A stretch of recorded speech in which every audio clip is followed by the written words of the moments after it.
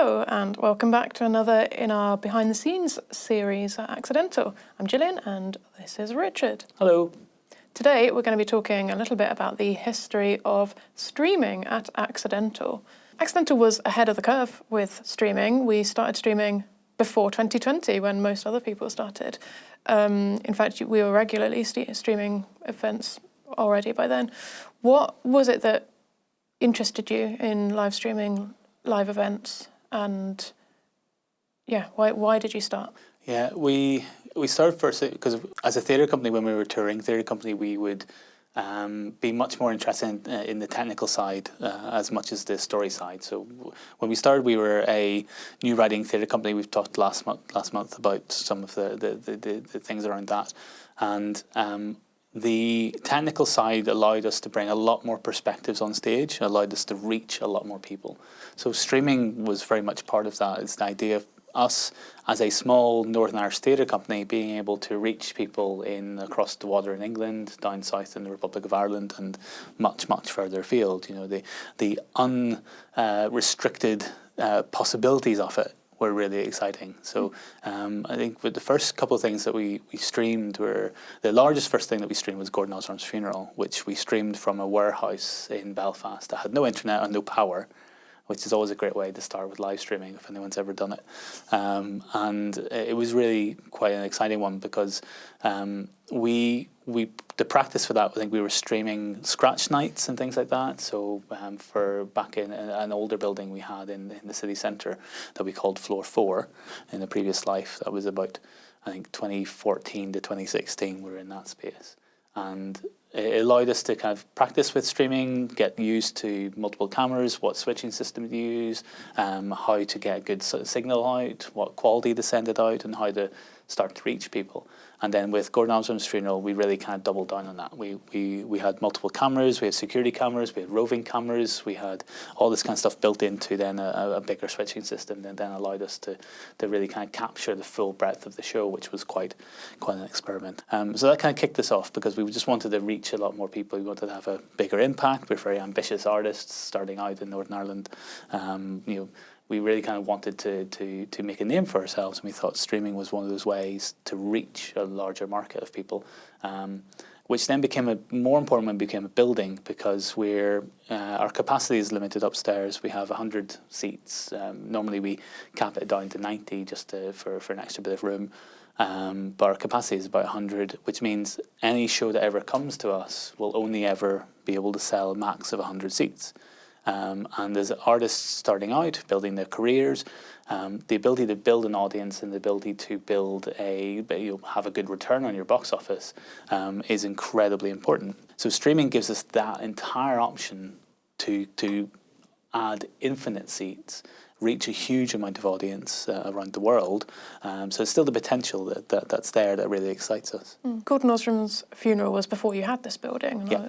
How has having this building and all of this space and equipment helped you improve the streaming that we do here at Accidental? It's really professionalised it. So before the pandemic, we had two small cameras that, and we would have a straight-on angle to the stage and then a side angle, and it would the original system, which is quite fun still thinking about, was a couple of cameras in the theatre went up via an Ethernet cable using a system called NDI into my office upstairs. Back when it was my office, it's no longer my office. It's now shared by a bunch of people. And that allowed us then to go into the switching system, which was Wirecast at that stage, and it was mostly just a one-person job. It was always a bit challenging because one person only allows you to do so much. So the pandemic gave us time and a little bit of investment to really balloon what we were doing. So over the course of 2020 to 2022, we went from still having those two cameras as our initial investment. Then we worked with the likes of Commedia of Errors to do their Plays Aloud project, which was filmed first of all in the theatre. I think we did 2 of them in the theatre. Then we moved them down to here where we are now. We converted one of the bank vaults into a little studio. Colleague Niall, who's no longer with Accidental, I think he's still training. Hi Niall, we'll just give you a shout out. I was about to say he's no longer with us, and I had to change that. He is alive. He is alive. of the date of recording. He would be in that corner opposite us at the moment on a bench with one, like I think at that stage it was a laptop. And again, the same two kind of cameras into Wirecast, and then that we did 2 or 3 projects just with that. And then over the course of the pandemic, it allowed us to get more equipment, bring in other team members. We brought in Emma and Marty as our streaming producers and technicians, allowed us to start to do things for others. So not just our own stuff. No Touching Theatre Festival is something that we did both for us and for a bunch of artists. Who really wanted to collaborate, who kind of, I think, I don't want to put words in the mouth, but felt like they were stuck during the pandemic and didn't get to create, so they just really wanted to create something. And it sold, I think, 3 times our capacity through tickets across the island of Ireland because there was so many artists involved. And that kind of proved the model of how much of a reach this could have. It allowed us then in 2021, I think it was, to start to reach out to other festivals and other groups who had trouble still reaching audiences or still struggling with the pandemic kind of lockdowns and closures and things like that. And we started working with Out to Lunch and Imagine Festival. I think Imagine Festival was the first one actually right back at the beginning of the pandemic because they were the first festival in Belfast closed completely as a result of it. And then Cathedral Quarter Arts Festival, East Side Arts Festival, it allowed us to really start to help a much wider range of groups, and that allowed us to then keep investing in team members, investing in equipment, and then investing in artists. So the whole streaming side is just this kind of interesting thing that's growing and growing. So it's quite a different setup now to how it was at the beginning, you in your office, tapping away on your own. Now we're in the vault, or the basement of Accidental, and we have 3 rooms, full control centre, studios, and we not only work with in-person technicians, but you have a whole team of online theatre fairies. I really hope they like to be called that. Yes, collaborators is our official title. Back from the days when Emily, a colleague of ours at the beginning, we like to always have weird and interesting and almost conspiratorial names for team members. So we didn't call them conspirators. I decided to call them collaborators. But yes, volunteers essentially from around the world who regularly come in and be technicians controlling cameras, controlling the switching system, making shows with us. We have a streaming training program now for people who wish to learn what we've done, how we've done it and what we've built. We've got a couple of interesting things coming down in that pipeline in the next couple of months as well. Great.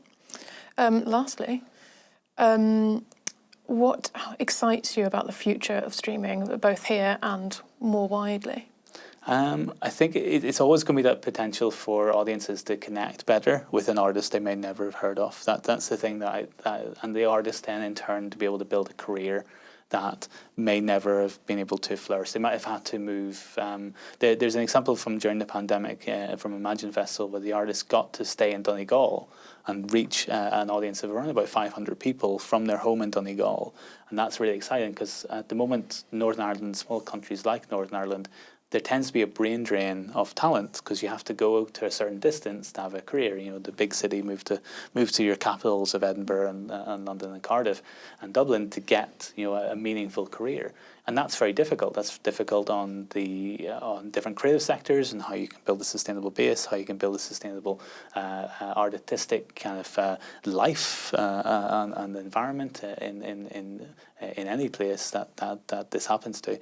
So the streaming gives us that option for artists to constantly connect with new audiences, but also to build, on a financial side, an actual audience for them.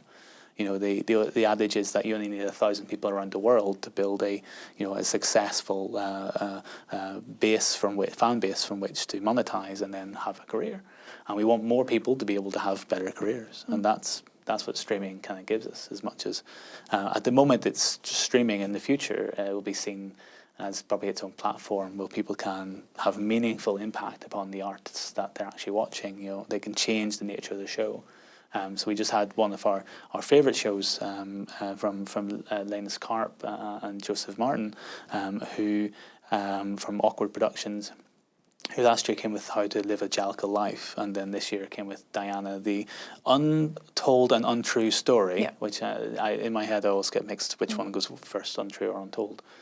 And They have a lovely relationship with it because it allows for their touring show to connect with, again, a much wider audience, an audience in Sweden, in Dublin, and across the UK. And they use it to connect with agents or producers or reviewers and things as well, who wouldn't necessarily be able to come to the show. And they use it when they take their show to Edinburgh. They put it back on demand, so people who aren't in Edinburgh can still see the show. They're using it really well. And both their shows seem really well designed to work well on the screen as well. Well, because we had the audience online being able to send messages to the main character, to Diana, Princess of Wales, live during the show. And, there's different things like that. At the moment, of very rudimentary, artistically speaking, their messages or text. In the future, it could be huge amounts of opportunity there. For that kind of online theatrical medium, it's not taking over from theatre, it becomes something entirely different, a new platform. So, that's what excites me. Great. Thank you very much. Thank you. And thank you very much for joining us, and we'll see you next month.